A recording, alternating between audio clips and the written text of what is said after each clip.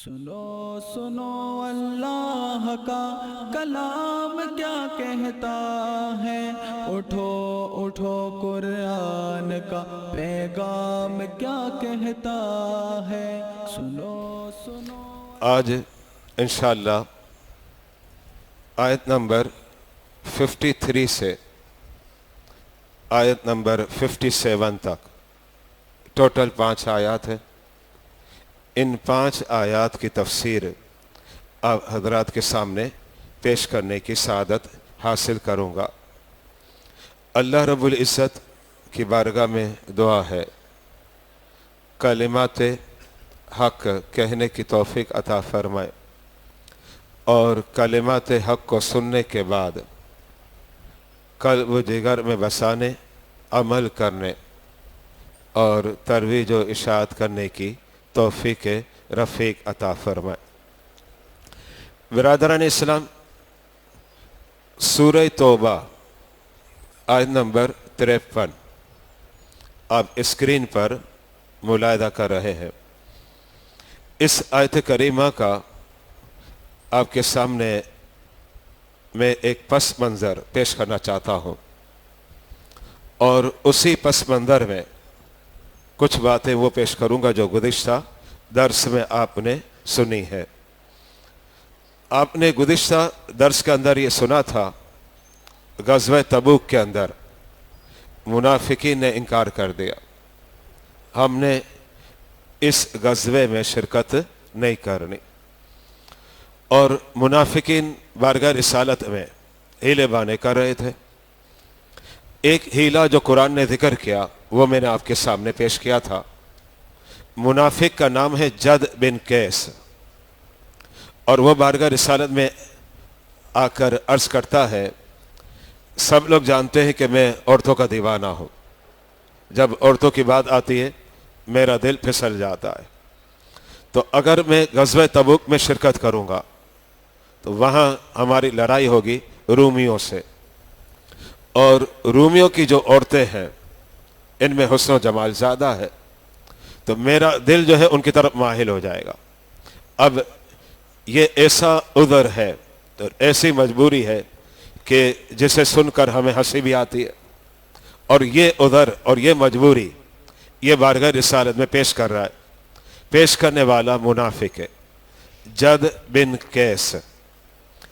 اب جب یہ بات اس نے پیش کی، اللہ کے حبیب علیہ السلام نے ارشاد فرمایا، ٹھیک ہے تمہیں نہیں آنا تو نہ آؤ۔ اس وقت جد بن قیس ایک اور بات پیش کرتا ہے، اور وہ بات یہ پیش کرتا ہے، یا رسول اللہ آپ اس بات سے تو ہمیں اجازت دے دیں کہ ہم غزوہ تبوک میں شرکت نہ کریں، لیکن غزوہ تبوک کے اندر مال میں خرچ کروں گا، جس کو آپ کیا کہیں گے، رائے خدا میں۔ جہاد میں مال کو خرچ کرنا رائے خدا میں خرچ کرنا کہلاتا ہے۔ اب جد بن قیس کہتا ہے کہ میں رائے خدا میں مال کو خرچ کروں گا۔ اللہ رب العزت نے اس بات پر سورہ توبہ کی آیت نمبر 53 کو اتارا، جس کی تفسیر میں آپ کے سامنے پیش کرنے لگا ہوں۔ اللہ رب العزت نے اپنے حبیب کو ارشاد فرمایا، اے حبیب یہ آپ کے سامنے یہ باتیں پیش کرتے ہیں کہ ہم رائے خدا میں مال خرچ کریں گے، تو اس مال کے متعلق فرمایا، کل اے حبیب آپ فرما دیں، انفقو کہ تم مال خرچ کرو گے، طوعاً او کرہا، خوش دلی کے ساتھ یا بد دلی کے ساتھ، یعنی تمہارا دل چاہ رہا ہے اور تم خرچ کر رہے ہو، اور دل نہیں چاہ رہا پھر بھی خرچ کر رہے ہو، کیونکہ انسان جب مال کو خرچ کرتا ہے اس کی 2 کیفیت ہوتی ہے۔ ایک تو بڑا جذبہ ہوتا ہے، مجھے رائے خدا میں خرچ کرنا ہے، اور وہ جذبات انسان کو بلندی پر فائز کر دیتا ہے، اور ایک ایسا ہوتا ہے کہ دل نہیں چاہ رہا، مجبور ہوتا ہے، لاچار ہوتا ہے، خرچ کرنا پڑے گا۔ تو اب قرآن کہتا ہے تم خوش دلی سے خرچ کرو، پھر اس کے بعد قرآن لفظ استعمال کرتا ہے کرہا، یعنی بد دلی سے خرچ کرو۔ لیکن اب رب کا فیصلہ کیا ہے؟ رب اپنا فیصلہ سناتا ہے۔ رب کہتا ہے لَن يُتَقَبَّلَ مِنْكُمْ، تم خوشی سے خرچ کرو یا بد دلی سے خرچ کرو، چونکہ تم منافق ہو اللہ قبول نہیں کرے گا۔ اللہ نے فیصلہ بتا دیا۔ یعنی جب جد بن قیس کہتا ہے کہ ہم خرچ کریں گے نا غزوہ تبوک میں، شرکت نہیں کریں گے لیکن پیسہ لگائیں گے، مال لگائیں گے، تو اللہ رب العزت نے اپنے حبیب کو فرما دیا ٹھیک ہے تمہارا خرچ کرنا کیسا بھی ہو، خواہ تم بد دلی سے خرچ کرو یا خوش دلی سے خرچ کرو، لیکن رب نے فیصلہ سنا دیا، رب نے یہ فیصلہ سنایا لَن يُتَقَبَّلَ مِنْكُمْ، تمہارے مال کو اللہ ہرگز قبول نہیں کرے گا۔ یہاں یہ بات واضح ہو گئی جو قرآنی فیصلہ ہے اور قرآن کا پیغام ہے، ظاہر بات ہے اسے ہمیں ایکسپٹ کرنا ہے اور عمل کرنا ہے۔ قرآن نے اس بات کو واضح کر دیا کہ اگر منافق اللہ کی راہ میں مال خرچ کرتا ہے، اس کا مال خرچ کرنا اللہ قبول نہیں کرے گا۔ تو کلیئر ہو گیا کہ جب منافق کے مال کو اللہ قبول نہیں کرے گا تو کافر کے مال کو بھی قبول نہیں کرے گا، کیونکہ منافق در حقیقت کیا ہے؟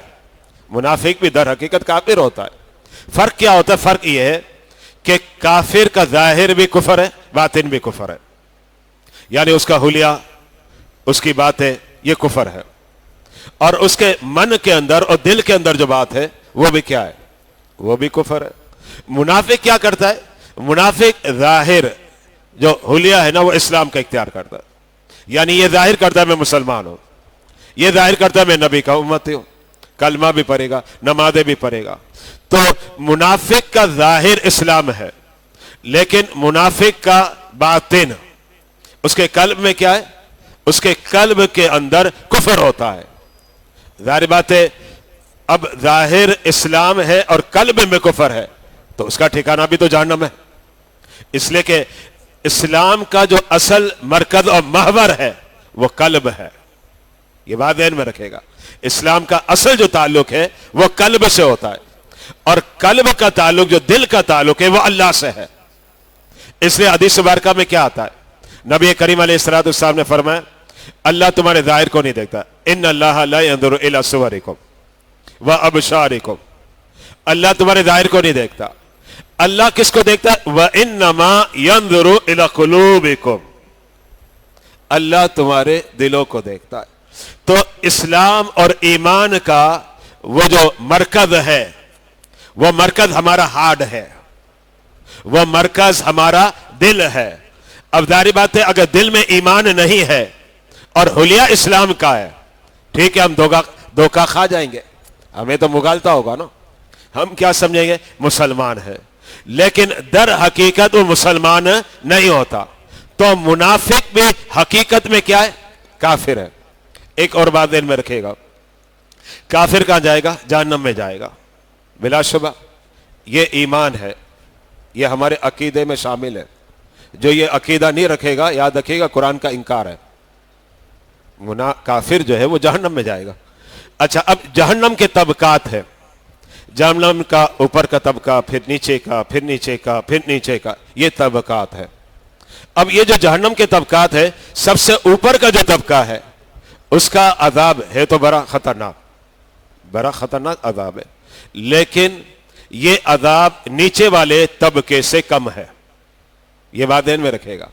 عذاب تو ہر طبقے میں ہے، جہنم تو نام ہی اسی کا ہے نا، جہنم نام ہی مصیبت کا ہے، جہنم نام ہی تکلیف کا ہے، جہنم نام ہی ایذا کا ہے، لیکن اس کے جو طبقات ہیں، سب سے اوپر طبقہ اس کے اندر عذاب تو ہے لیکن نیچے سے کم ہے، پھر اور نیچے اگر جائے تو پھر اس کے اندر بھی عذاب ہے، لیکن اس کے اندر عذاب اس سے جو نیچے ہے اس سے کم ہے۔ یعنی اس کا مطلب یہ کہ جہنم کے اندر جتنی گہرائی میں جائے گا اتنا عذاب بڑھتا جائے گا، اوپر رہے گا تب بھی عذاب ہے، نیچے رہے گا تب بھی عذاب ہے، لیکن فرق کیا ہے کہ اوپر عذاب جو ہے نیچے کی بنسبت کم ہے، اور جتنا گہرائی میں گیا، جتنا اندر میں جائے گا اتنا ہی وہ عذاب میں زیادہ مبتلا ہوگا۔ اب قرآن سے پوچھئے کہ منافق کے بارے میں کون سا طبقہ ہے؟ قرآن کہتا ہے ان المنافقین فی الدرک الاسفل من النار، یہ ایسا بدبخت ہے جو مسلمانوں کو دھوکہ دیتا ہے۔ رب نے فرمایا تجھے جہنم میں اوپر نہیں رکھا جائے گا، جہنم کے اندر سب سے نچلے مقام میں تجھے رکھا جائے گا۔ یہ منافق کے بارے میں قرآن کہہ رہا ہے۔ تو جو کافر ہوتا ہے اس کا ظاہر بھی کفر ہے اور باطن بھی کفر ہے، اور جو منافق ہوتا ہے اس کا ظاہر اسلام ہوگا لیکن باطن ہوگا کفر ہوگا۔ اب وہ جو منافق ہے راہ خدا میں خرچ کرتا ہے، آپ کی نگاہوں میں کیا آئے گا؟ ظاہر بات ہے آج کے دور میں تو ہم یہ کہیں گے نا داڑھی بھی رکھی ہوئی ہے، آج کے دور میں تو یہ کہا جائے گا کہ داڑھی بھی رکھی ہوئی ہے، شاید یہ بھی کہہ دیا جائے کہ پگڑی بھی سجائی ہوئی ہے، کیونکہ حلیہ کون سا ہے؟ مسلمانوں کا ہے نا۔ مسلمانوں کے حلیہ میں کیا ہے؟ داڑھی سجانا۔ مسلمانوں کے حلیہ میں کیا ہے؟ جناب پگڑی، امامہ شریف سجا لینا۔ یہ سب اسلامی حلیہ ہے نا، اسلامی لباس ہے، یعنی اس کا چہرہ، اس کی رنگت اور اس کا فیض جو نہیں بتا رہا ہے کہ مسلمان ہے، یہ فیض بتاتا ہے۔ تو منافق جو ہے ظاہری اعتبار سے مسلمان ہوگا، ظاہری اعتبار سے وہ مسلمان ہوگا، لیکن جب راہ خدا میں خرچ کرتا ہے، ہماری زبانوں پر ہوگا یار کتنا خرچ کرتا ہے، یار بڑا سخی ہے، آج دیکھو اس سے 5,000 لگا دے، آج 10,000 لگا دے، جناب لاکھ روپے دے دیے، جناب 5 لاکھ روپے دے، لوگ تعریفیں بھی کریں گے، اس کی تعریفیں بھی کریں، لیکن وہ منافق ہے۔ میں تعریف کروں آپ تعریف کریں، اس کا ظاہر اسلام ہے لیکن رب کا فرمان کیا ہے؟ لَن يُتَقَبَّلَ مِنْكُمْ، رب کہتا ہے ہم اس سے اس کے عمل کو قبول نہیں کریں گے۔ بالکل کلیئر بتا دیا، بالکل واضح بتا دیا۔ اور یہاں ایک اور بات ذہن میں رکھیے گا، وہ بات یہ ہے مسلمان جب عمل کرتا ہے تو اسلام کے درجے ہیں، اسلام کے بھی درجے۔ ہم حنفی لوگ ہیں، حنفی لوگ ایمان کے اندر کوانٹیٹی کے قائل نہیں ہیں۔ حنفی فقہ شافی والے ہیں، ہم حنفی ہیں، ایمان کے اندر کوانٹیٹی اس کے قائل نہیں ہیں، لیکن ایمان کے اندر کوالٹی کے قائل ہیں۔ کوالٹی کا مطلب کیا؟ میں سے آسان لفظوں میں بتا رہا ہوں، آسان لفظوں میں اس کو یہ کہیں گے کہ ایمان جو ہے نا کسی کا کمزور ہوتا ہے، کسی کا طاقتور ہوتا ہے۔ اب دیکھیں یہ ایمان کے درجات ہیں، ایمان کے درجات ہیں۔ اب ہوگا یہ کہ اگر اس کے ایمان کا درجہ جو لیول ہے، جو اسٹیپ ہے، اس کے اعتبار سے اسے اجر ملے گا۔ میں اس کی مثال دیتا ہوں، مثال کے ذریعے سمجھ میں آئے۔ دو مسلمان ہیں، الحمدللہ منافق نہیں، مسلمان ہیں، اچھا اخلاص کے ساتھ خرچ کر رہے ہیں، دونوں نے خرچ کتنا کیا؟ دونوں نے 1000 خرچ کیا، اب برابر ہے، ایکول۔ آپ کے سامنے کیا ہوگا؟ جناب زید نے بھی 1000 پہ خرچ کیے، بکر نے بھی 1000 پہ خرچ کیا، آپ تو یہی کہیں گے کہ ہاں میں دیکھ رہا ہوں دونوں 1000 خرچ، لیکن دونوں کے ایمان کی جو کوالٹی ہے نا اس میں فرق ہے۔ اس کوالٹی کے فرق ہونے کی بنا پر اللہ کیا کرتا ہے؟ ایک کو 10 نے کیا دے دیتا ہے تو ایک کو 700 دے دیتا ہے۔ اب دیکھیں بظاہر عمل میں کیا ہو گیا؟ برابر ہو گیا۔ یعنی میں بتانے چاہ رہا ہوں کہ ہمیں جو اجر ملتا ہے، کبھی ہم اس گھمنڈ میں نہ رہے، کبھی کبھی ہمیں تکبر ہوتا ہے یار یہ جو کرتا ہے میں بھی تو وہی کر رہا ہوں۔ بات یہ ہے دیکھنا ہے کہ تیرا ایمان کتنا طاقتور ہے اور اس کا ایمان کتنا طاقتور۔ مطلب یہ کہ اگر میں 2 رکعت نفل پڑھتا ہوں تو میرا ایمان اپنی جگہ پر ہے، رب جو چاہے گا اجر دے گا، لیکن اگر سرکار بغداد سیدنا غوث اعظم پڑھے 2 رکعت، بظاہر کیا ہے؟ اکول ہے نا۔ بات یہ کہ میں نے بھی 2 رکعت پڑھی، سرکار بغداد سیدنا غوث اعظم نے بھی 2 رکعت پڑھی، لیکن ظاہری بات ہے ان کے ایمان اور میرے ایمان میں زمین آسمان کا فرق ہے کوالٹی میں۔ ان کا ایمان نہایت ہی قوی ہے، بہت زیادہ طاقتور ہے۔ تو اب اگر رب مجھے 2 رکعت پر جو اجر دیتا ہے، لگتا ہے ایسا کہ غوث اعظم کو اس سے 100 گنا نہیں 1000 گنا زیادہ اجر و ثواب عطا فرمائے۔ اس کا مطلب کہ ہمارے جو عمل کا اجر ہوتا ہے نا، ریٹرن، اس کا سارا ڈیپینڈ کرتا ہے ہمارے ایمان پر۔ ہمارے ایمان کے مطابق ہمیں اجر ملتا ہے۔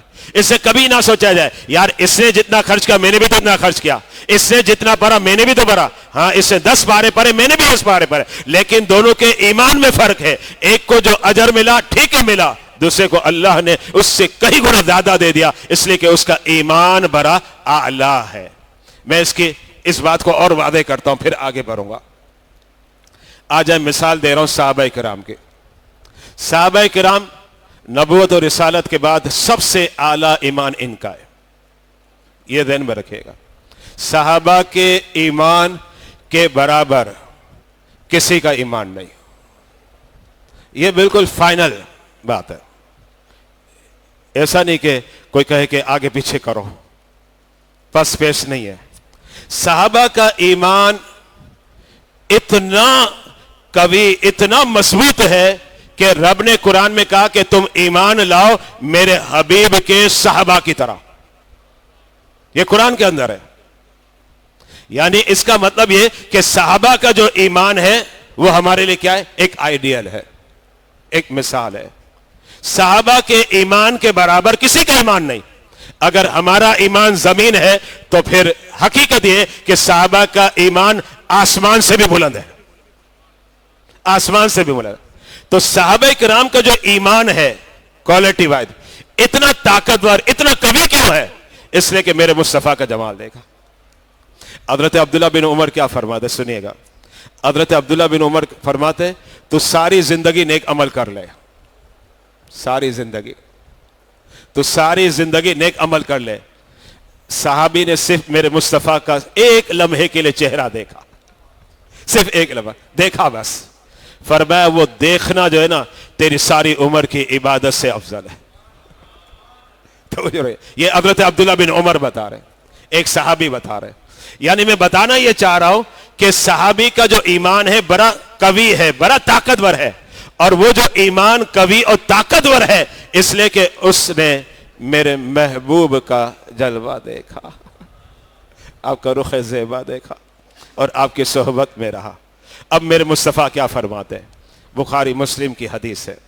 میرے مصطفیٰ علیہ الصلوۃ والسلام نے فرمایا اگر غیر صحابی احد پہاڑ کے برابر سونا صدقہ کرے. احد پہاڑ چھوٹا نہیں ہے, بہت بڑا پہاڑ ہے. مدینے میں آپ گھومتے رہے, جب ہم گھومتے تو لوگ کہتے ابھی بھی احد پہاڑ ختم نہیں ہوا, چل رہا ہے. ایک تو اس کا مین مرکز ہے نا جہاں جنگ ہوئی, جہاں جنگ ہوئی وہاں تو ہم جاتے ہیں نا زیارت کے لیے باقاعدہ. لیکن احد پہاڑ کا سرا بہت بڑا ہے. یعنی آپ جاتے جائے, سفر کرتے رہے, مدینے میں گھومے تو آپ کو کہیں فاصلے تک آپ کو احد پہاڑ نظر آئے گا جو کئی کلومیٹر پر مشتمل ہے. اب میرے مصطفیٰ کیا فرماتے؟ فرماتے کہ اگر غیر صحابی احد پہاڑ کے برابر سونا صدقہ کرے. اب اتنا سونا ہوگا کس کے پاس؟ مثال ہے سمجھانے کے لیے. میرے مصطفیٰ جو ہے نا صحابی کا مقام بتا رہے ہیں کہ احد پہاڑ کے برابر سونا ہو, اور میرا صحابی کیا کرے؟ میرا صحابی کلو آدھا کلو گندم صدقہ کرے. کلو آدھا کلو, جتنے حضرات یہاں بیٹھے سب کر سکتے ہیں, اتنا تو دم ہے ہم میں الحمدللہ. یہاں امیر غریب کی تو بات ہی نہیں ہو رہی. آدھا کلو کلو تو ظاہر بات ہے کوئی مسئلہ ہی نہیں ہے. ابھی آپ کو کہا جائے آپ ابھی لے لو, ابھی صدقہ کر دیتے, اس میں کیا ہے؟ آدھا کلو ہی کرنا ہے نا, 100 150 200 روپے خرچہ ہوگا نا, اور کیا ہوگا؟ 1 کلو ہی کرنا ہے. تو میرے مصطفیٰ فرماتے میرے صحابی نے صدقہ کتنا کیا؟ فرمایا آدھا کلو یا کلو. اس کو عربی میں کہتے ہیں مد, آدھا مد, یہ عربی میں کہا جاتا ہے, جس کا میں نے ترجمہ کر دیا آدھا کلو کلو.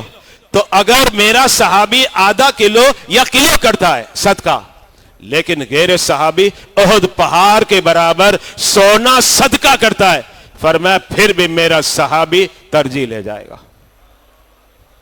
بڑھ تھوڑی توجہ رکھے گا. احد پہاڑ کے برابر خیرات نہیں ہے, احد پہاڑ کے برابر تو گولڈ ہو اور اس کو کرے. اب یہ جو صحابہ کا جو ایمان ہے یہ سب سے اعلیٰ ہے. اس کا مطلب یہ ہوا کہ کوئی یہ نہیں کہے کہ فلاں صحابی نے 1 حج کیا میں نے 10 حج کر لیے. دیکھیں نا میرے مصطفیٰ علیہ الصلوۃ والسلام نے حج فرض ہو جانے کے بعد کتنے حج کیے؟ 1 ہی کیے. جب حج فرض ہوا اس کے بعد اللہ کے حبیب نے 1 حج کیا. حج کی فرضیت سے پہلے بھی آپ نے 1 حج کیا ہے, لیکن اس وقت حج فرض نہیں تھا. حج کی فرضیت کے بعد آپ نے 1 ہی حج کیا. کب کیا؟ 10 ہجری کو. 9 ہجری میں صحابہ نے کیا, 8 ہجری کو فرض ہوا, 8 ہجری کو حج فرض ہوا, 9 ہجری کو صحابہ نے حج کیا, اور پھر 10 ہجری کو تقریباً 1.25 لاکھ کے لگ بھگ صحابہ کرام نے حج کیا. اور قیادت کون فرما رہے؟ میرے مصطفیٰ. ہاں 9 ہجری کو جو حج ہوا اس کی قیادت کون کر رہے تھے؟ صدیق ابو بکر, آپ قیادت کریں.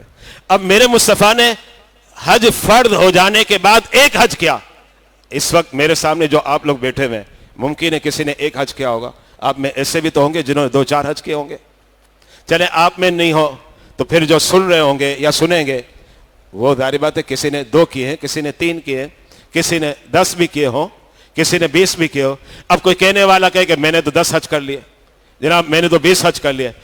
میرے بھائی, نبی نے جو ایک حج کیا نا, اگر اللہ تجھے 1,00,000 برس کی زندگی دے دے اور تو اس میں 1,00,000 حج بھی کر لینا, تب بھی نبی کے ایک حج کے برابر نہیں بس.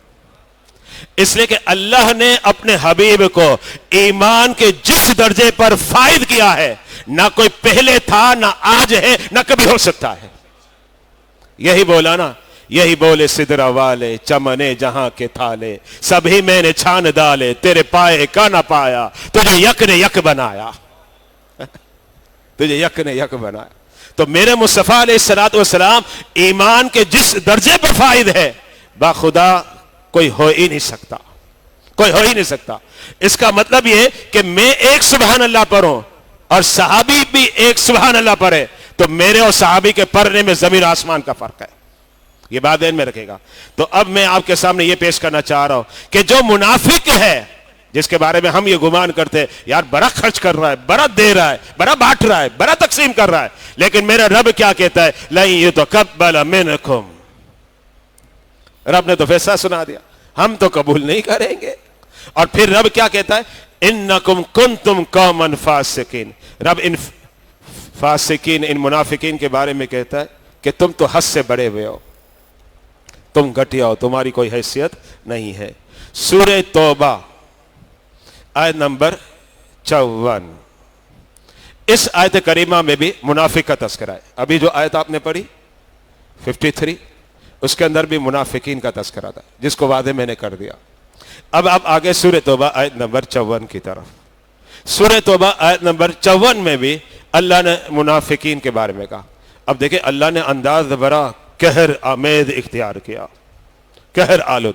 رب نے تو فیصلہ کیا نا, میں نہیں کروں گا, تم خرچ کرتے رہو, جتنا دینا دو, تمہارے عمل کو قبول نہیں کیا. بلکہ رب نے تو کہہ دیا توأن اور کرا دونوں فرما دیا. فرمایا خوشحالی میں دے, بدحالی میں دے, منافق دیتا ہے میں قبول نہیں کروں گا. تو اتنا سخت انداز رب کا, رب ہمارا مالک ہے نا, رب کا اتنا سخت انداز منافقین کے بارے میں کہ تم خوشی سے دو تب بھی میں نے قبول نہیں کرنا, تم جو ہے نا اگر نہ خوشی سے دو تب بھی مجھے قبول نہیں کرنا. یعنی اتنا اللہ اپنے غضب کا اظہار کرتا ہے. یہ کیوں کر رہا ہے, اس کا جواب اس آیت میں, سورہ توبہ آیت نمبر 54 میں. اب سورہ توبہ آیت نمبر 54 میں اللہ نے کیا فرمایا, وما منعهم ان تقبل منهم نفقاتهم. رب کہتا ہے ان کا خرچ کرنا کیسے قبول کروں. منافقین کی بات ہو رہی ہے, جو نفاق رکھے ہوئے نا دلوں میں. اور کون سا نفاق, نفاق اعتقادی, نفاق اعتقادی. ابھی میں واضح کرتا ہوں. رب کہتا ہے وما منعهم ان تقبل منهم نفقاتهم. رب کہتا ہے انہوں نے خرچ کیا لیکن خرچ کرنے والا مسلمان نہیں تھا, منافق تھا, تو کیسے قبول کیا جائے گا. اب رب کہتا ہے دیکھو تو صحیح ان کے عمل, دیکھو کیسے گھٹیا لوگ ہیں یہ. یعنی میں آج اپنی زبان میں کہہ رہا ہوں کیسے بغیرت ہے, کیسے بے ایمان ہے. رب کہتا ہے انہوں نے کیا کیا, انہم کفروا باللہ و برسولہ. یہ منافق اللہ اور اس کے رسول کے ساتھ کفر کر رہے ہیں. اللہ اور اس کے رسول کے ساتھ یہ کفر کر رہے ہیں. یہ ہے بد اعتقادی, یعنی عقیدہ ہی خراب ہو گیا. الحمدللہ اس سے ہم محفوظ ہیں. اللہ کا شکر ہے, اللہ کا بڑا کرم ہے, جتنا شکر ادا کریں کم ہے. الحمدللہ ہم منافق نہیں, ہم مسلمان ہیں. الحمدللہ جتنا شکر ادا کریں. مولا تیرا کرم ہے کہ تو نے ہمیں منتخب کر لیا, ہمیں مسلمان بنایا, ہم منافق نہیں ہیں. تو اب پہلا مرض کیا تھا, بد اعتقادی, جس کو کہتے ہیں نفاق اعتقادی, جس کے ذریعے ایمان ضائع ہو جاتا ہے, بندہ کافر ہو جاتا ہے. بھلے اولیاء جو بھی اختیار کرے, بھلے داڑھی رکھے, بھلے نماز پڑھے, بھلے سر پر ٹوپی سجائے, بھلے امامہ پہنے, لیکن پہلی چیز کیا, انہم کفروا باللہ و برسولہ, کہ اللہ اور اس کے رسول کے ساتھ یہ کفر کرتے ہیں.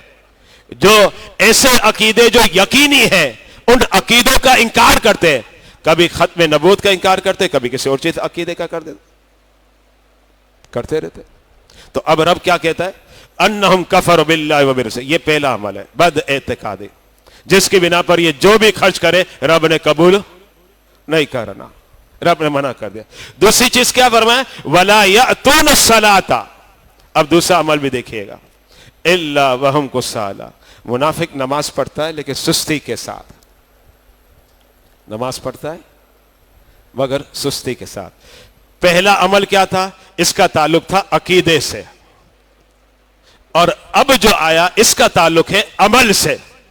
یعنی منافق عقیدے میں بھی گھٹیا ہے، عقیدے میں برا ہے، اور منافق عمل کے اعتبار سے کیا ہے؟ نماز تو پڑھتا ہوگا لیکن سستی کے ساتھ پڑھے گا.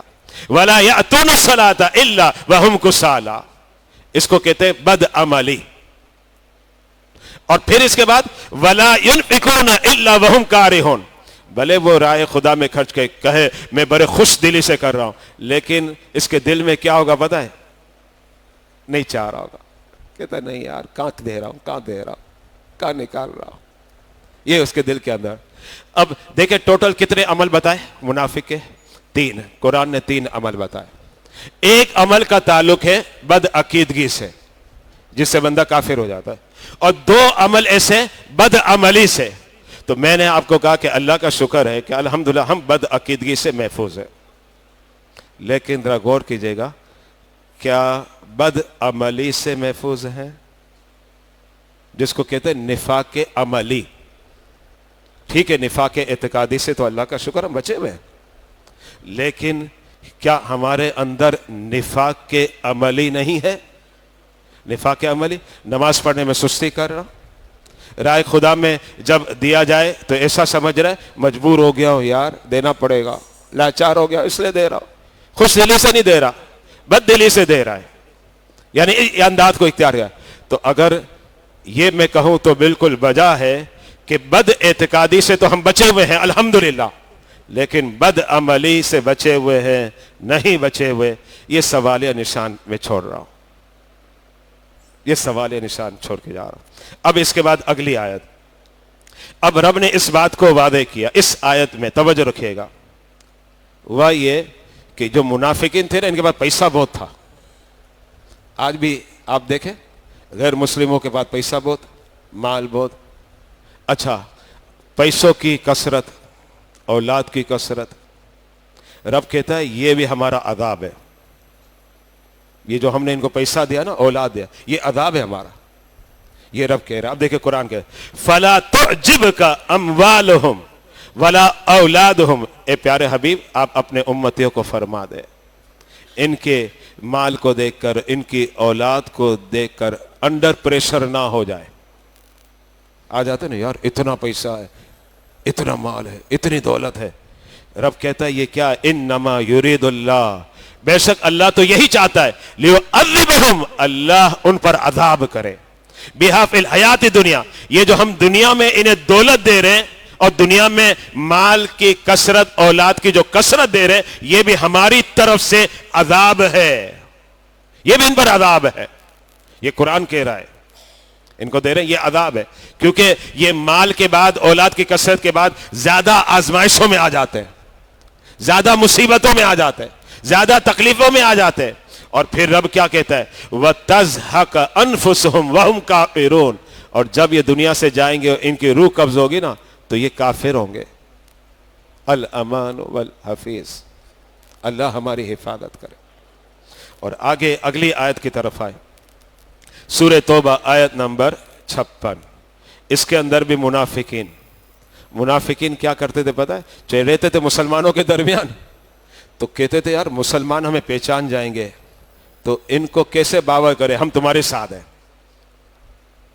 ہم تمہارے ساتھ نہیں، ہم یہودیوں کے ساتھ نہیں ہیں، ہم عیسائیوں کے ساتھ نہیں ہیں. اچھا جناب ہم مجوسیوں کے ساتھ نہیں ہیں، ہم مسلمانوں کے ساتھ ہیں. رب کہتا ہے یہ منافق اب جو مسلمانوں کے درمیان رہتے ہیں نا تو کیا کرتے ہیں؟ وَيَحْلِفُونَ بِاللَّهِ، اللہ کی قسمیں کھاتے رہیں گے. قرآن دیکھیں کیسا نقشہ بتا رہا. آج جب ہم دیکھتے ہیں نا، واقعی میں تو صحیح بتا رہا ہوں کہ آج جب میں دیکھتا ہوں تو واقعی ایسا ہی محسوس ہو رہا ہوتا ہے، واقعی ایسا ہی لگ رہا ہے. قرآن نے سب بیان کر دیا سورہ توبہ کے اندر. رب کہتا ہے وَيَحْلِفُونَ بِاللَّهِ, یہ منافق جو ہے نا اللہ کی قسم کھاتے رہیں گے, اور قسم کھا کے کیا کہیں گے پتہ ہے, کہیں گے اِنَّهُمْ لَمِنْكُمْ, ارے ہم تو تمہارے ساتھ ہیں, ہم تم جیسے ہیں, دیکھو تم بھی کلمہ پڑھتے ہم بھی کلمہ پڑھتے, تم نے بھی داڑھی سجائے ہم نے بھی داڑھی سجائے, اچھا جبہ کبا تم نے بھی پہنا ہم نے بھی پہنا ہے. قرآن کہہ رہا ہے قسم کھا کر مسلمانوں کو کہیں گے, ایسے نہیں کہیں گے, کہیں گے اللہ کی قسم یار ہم میں اور آپ میں کوئی فرق نہیں, ہم آپ کے ساتھ ہیں, ہم کوئی منافق نہیں ہے. اچھا رب کیا کہے گا پتہ ہے, رب کہتا ہے وَمَا هُم مِّنْكُمْ, اے حبیب آپ انہیں فرما دے تم ہم سے نہیں ہو. وہ قسمیں کھا کر کہیں گے کہ ہم تم سے ہیں, رب کہتا ہے نہیں آپ ہی فرما دے کہ نہیں تم ہم سے نہیں ہو. اچھا اب سوال یہ پیدا ہوتا ہے کہ منافق جو ہے اسے کہنے کی ضرورت کیا پڑ گئی, کہنے کی, کیونکہ مسلمانوں کے درمیان اسے ڈر لگتا ہے کچھ ہو نہ جائے, مسلمان مار نہ دے, آپ کو پتا ہے. تو پھر منافق کے بارے میں رب نے کہا یہ اس لیے کہتے ہیں, قسمیں اس لیے کھاتے ہیں وَلَكِنَّهُمْ قَوْمٌ يَفْرَقُونَ, اس لیے کہ مسلمانوں کے بیچ بیٹھے ہوئے ڈر رہے ہیں مارے نہ جائے, تو اس لیے کیا کہتے باور دلاتے, کہتے نہیں نہیں ہم مسلمان ہیں, ہم مسلمان ہیں, ہم تمہارے ہمدرد ہیں, ہم تمہارے ساتھ ہیں. یہ ساری باتیں دیکھیں قرآن کھول کھول کر بیان کر رہا ہے. کیا آج آپ یہ نہیں دیکھتے ایسا ہی ہو رہا ہے, صرف یہی نظر آتا ہے. اور پھر اگلی آیت میں سنیے گا, رب کہتا ہے یہ جب تمہارے درمیان ہے تو ڈرتے ہیں, تب تو یہ کہتے قسم کھا کے ہم تمہارے ساتھ ہیں, لیکن پھر جب یہ چلے جائیں گے نا, کہاں آج کے زبان میں کہوں یورپ چلے جاتا ہے, جب اسے پناہ مل جاتی ہے یہودیوں کے پاس, عیسائیوں کے پاس, ہندوؤں کے پاس, اب کیا ہوتا ہے, اب قرآن نے اس نقشے کو بھی کھینچ لیا, قرآن نے اسے بھی بیان کر دیا. قرآن کہتا ہے لو یجدون ملجأن او مغارات او مدخلا, جب انہیں کوئی جائے پناہ مل جاتی ہے نا, کہتے ہیں اب ہم سیف ہو گئے, اب مسلمان ہمارا کچھ بھی بگاڑ نہیں سکتا. قرآن کہہ رہا ہے یہ منافق جب محسوس کرتے کہ اب ہم سیف ہو گئے, کیوں بھائی جناب یہودیوں نے پناہ دے دی, آج کی زبان میں عیسائیوں نے پناہ دے دی, مجوسیوں نے پناہ دے دی. آپ کو پتا ہے علامہ شاہ احمد نورانی صدیقی صاحب کیا فرماتے تھے, ہم تو بچپن میں بڑا ان کے ساتھ کام بھی کیا ہے. شاہ احمد نورانی سے جب الیکشن میں کھڑے ہوئے تھے تو تھوڑا بہت کام ہم بھی ساتھ کر رہے تھے, سپورٹ کے طور پر ساتھ تھے, کارکن تھے, اگرچہ میری عمر اس وقت وہ کافی چھوٹی. علامہ شاہ احمد نورانی کہتے تھے معاذ اللہ کوئی شخص پاکستان میں نبی کی گستاخی کرے نا, یہ گستاخی یورپ کا ویزا ہے. بات میری سمجھ آ رہی ہے, یعنی آپ یورپ کے ویزے کے لیے بڑے اپلائی کریں, بڑی محنت کریں, آسانی سے نہیں لگتا, لیکن اگر کوئی گستاخی کر لے نا تو پھر اپلائی کرنے کی ضرورت نہیں, انہی کے لوگ آئیں گے کہ بھائی تو ہمارا آدمی ہمارا چمچہ ہے, آ جا تیرے ویزے لگا رہے. یہی اب دیکھیں قرآن کیا کہتا ہے. اب وہ باتیں جو علامہ شاہ احمد نورانی کی باتیں تھی, اچھا جناب جو ہے نا جو ہم دیکھ رہے ہیں بچپن سے دیکھتے آ رہے ہیں, آج 51 کا میں ہو گیا ہوں, تو بچپن سے جو دیکھ رہے ہیں, تو جو مجھے تصویریں نظر آ رہی ہے, جو پک مجھے نظر آ رہی ہے, جو ویڈیوز نظر آ رہی ہے, تو قرآن نے تو ساری پیشن کی 1400 برس پہلے ہی کر دی ہے. یہی تیور, یہی رویہ جو ہے نا منافقین کا قرآن نے بیان کر دیا.